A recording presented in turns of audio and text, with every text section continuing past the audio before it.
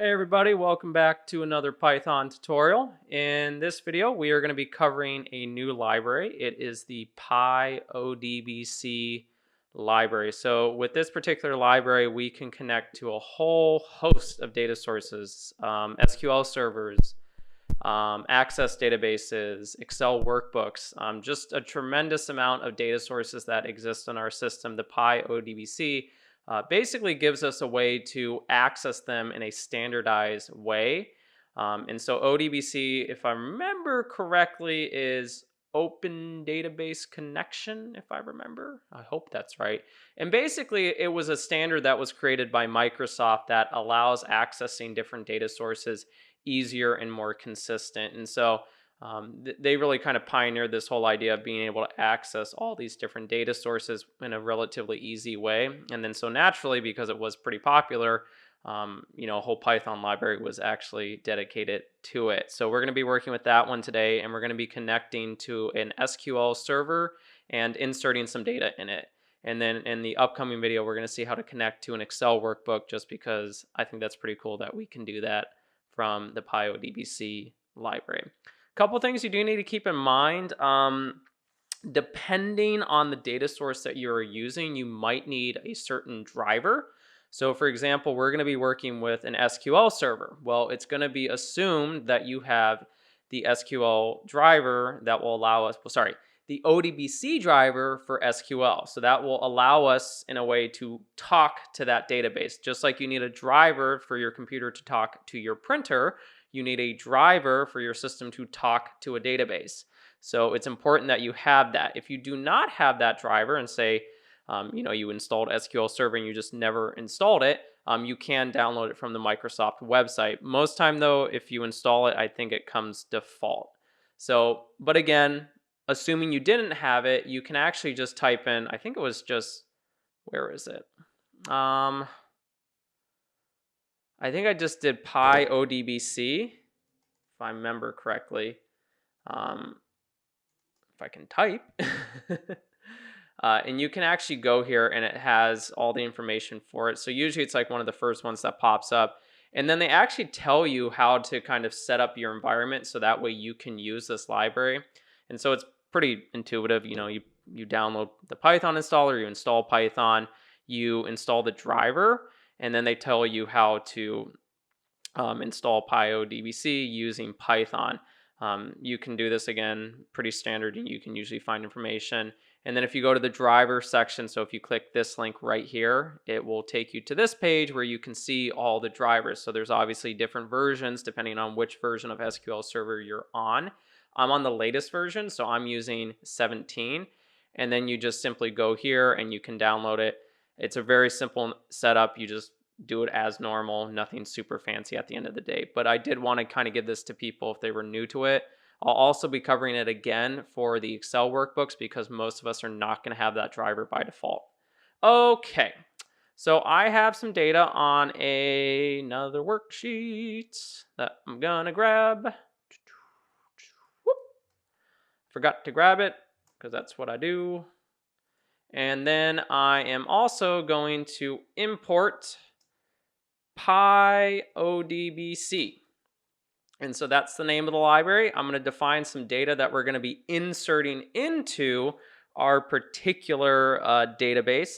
Right now I have SQL Server open. I have a database called stock database, and I have a table within that database called TD price data. So this is the data that we're going to be inserting into this table. So very cool stuff. Just some things that you might want to kind of get familiar with when you're working with this library. One of the more important ones that I think I ran into was trying to figure out which drivers I had on this particular library. So if I was just very curious and saying, hey, what kind of drivers do I have access to? Well, if I wanted to find that out, how would I do that? Well, again, PyODBC makes that very easy. So what we can do is we can loop through all the drivers we have access to. And so we're going to say for driver in PyODBC, and then we're going to call the drivers function.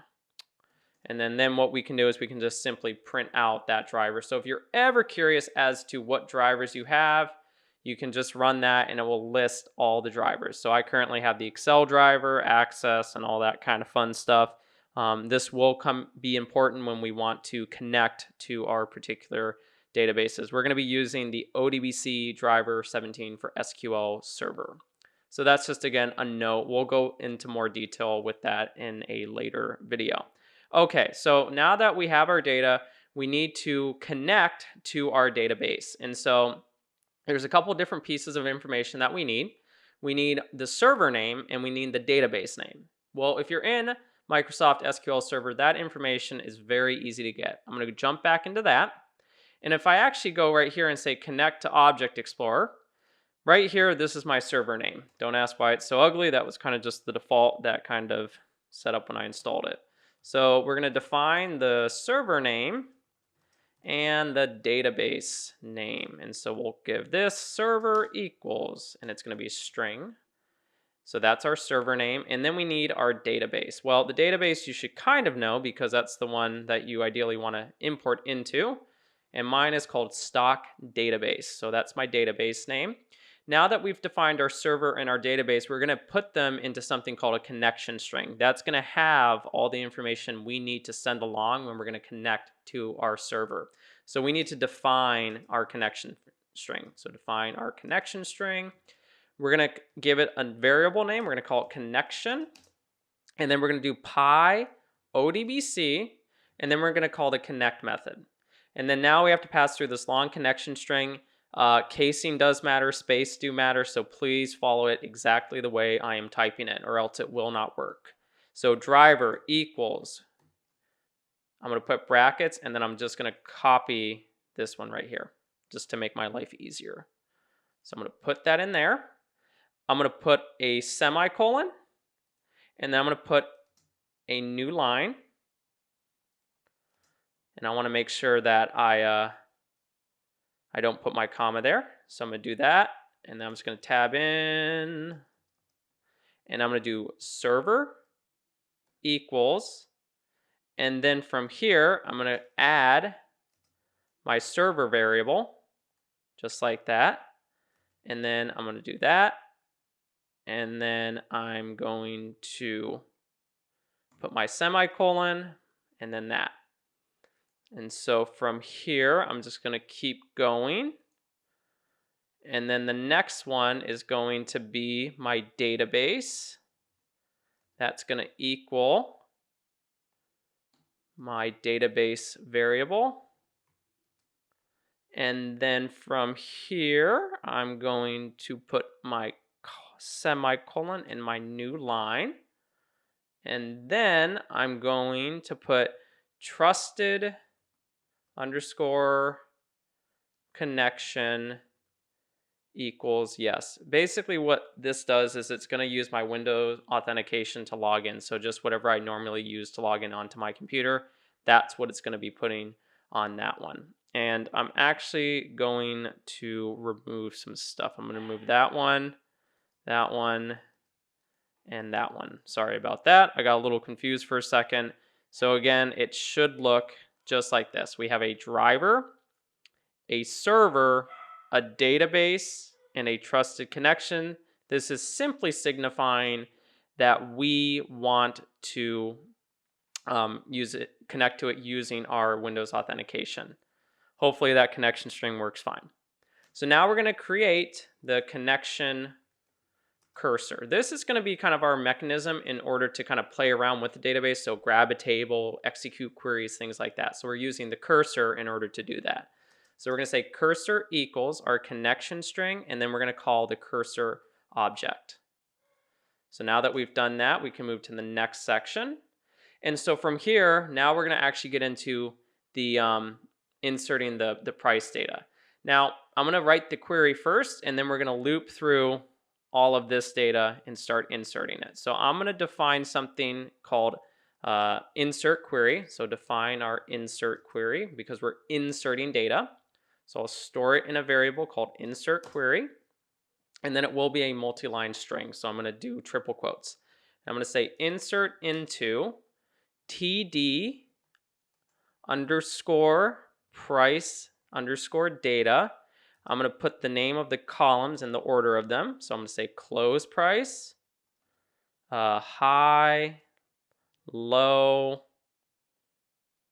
open price, volume, and day value. And then I'm going to say from here, and then I'm going to say values. So then I'm going to say values, which is just going to be a tuple, and it's going to be question mark, question mark, question mark, question mark, question mark. And then I think 1, 2, 3, 4, 5, 6. There's 6 of them. And I have 5, so I need one more. Perfect. And then I'm going to put my semicolon to specify that that is the end of my query. So a simple query, we're just saying insert into table names. I'm specifying the columns in the order that I want them. And then I'm specifying the values that I want to insert into each row. And then these are basically like little placeholders. That's kind of how you need to think about them. Some people want to use this. You can't use that inside of PYODBC, unfortunately. So you do have to use question marks as placeholders. Okay, so now that we've defined our query, let's actually iterate through our little matrix over here and start inserting it. So we're going to say, what do we want to do? For row in price data. And then what we're going to do is we're just going to say values equals, and then it's going to be a tuple. So loop through each row in the matrix. And then we're going to say row 0. I'm just going to copy this a couple times. 3, 4, 5, and 6. And then we want 1, 2, 3, 4, and 5. So here, really, what am I doing? Define the values to insert, just like that. And then we're going to insert the data. So insert the data into the database. And so we're going to say cursor dot execute. I'm going to pass through the query, insert query, and then I'm going to pass through the values that I want to insert. And then from here, it's going to insert it each time. Now, just because we ran the query doesn't mean we've committed any changes to our database. So we need to commit the inserts. And so we're going to call our connection, and then we're going to call the commit method. And then from here, what we're going to do is we're going to grab all that data from our database again. So we're going to define a new query, execute it, and then we're going to loop through all the results in that query. So here we're going to grab all the rows in our database table, and we're going to do that by calling our cursor object. We're going to call the execute method, and then this is a simple query. It says select all columns from TD underscore price data. And then from here, we're going to get an object back. And so what we're going to do is we're going to loop through it. And so loop through the results. Very straightforward. So we're going to say for row in cursor, print that row. And then from here, PyODBC of course has no hex. Oh, did I not? What did I not do? Did I misspell it both times? I did. Wow. It's execute. Perfect. Okay, so this is all the data that has been returned back to us. So if you go here, I'm going to cancel that. And then I'm going to refresh. And then I'm just going to execute that again. So now there's more data in here. We now have 9 rows. We now have 12, so on and so on and so on. So that's just a simple example of inserting some data. Usually at this point, I like to close the connection and remove the cursor. Remover. God, that was the cursor. And so we're going to say cursor dot close, and then we're going to say connection dot close. Perfect. And again, one final time, just for you can now see we have more data in our database. So again, a simple example. In an upcoming video, we're going to see how to do it with Access Database and an Excel workbook. But if you have any questions about how to connect to an SQL server and do just basic queries, please put them down in the comments below, and I'll try to get back to you. Also, if you could, please make sure to like the video. You know, we always appreciate the support and trying to grow the channel, so maybe a little like helps. And then, if you're not already, please make sure to subscribe to the channel so that way you get regular updates as we release new videos. So thanks again for watching, everybody. We will see you in the next video.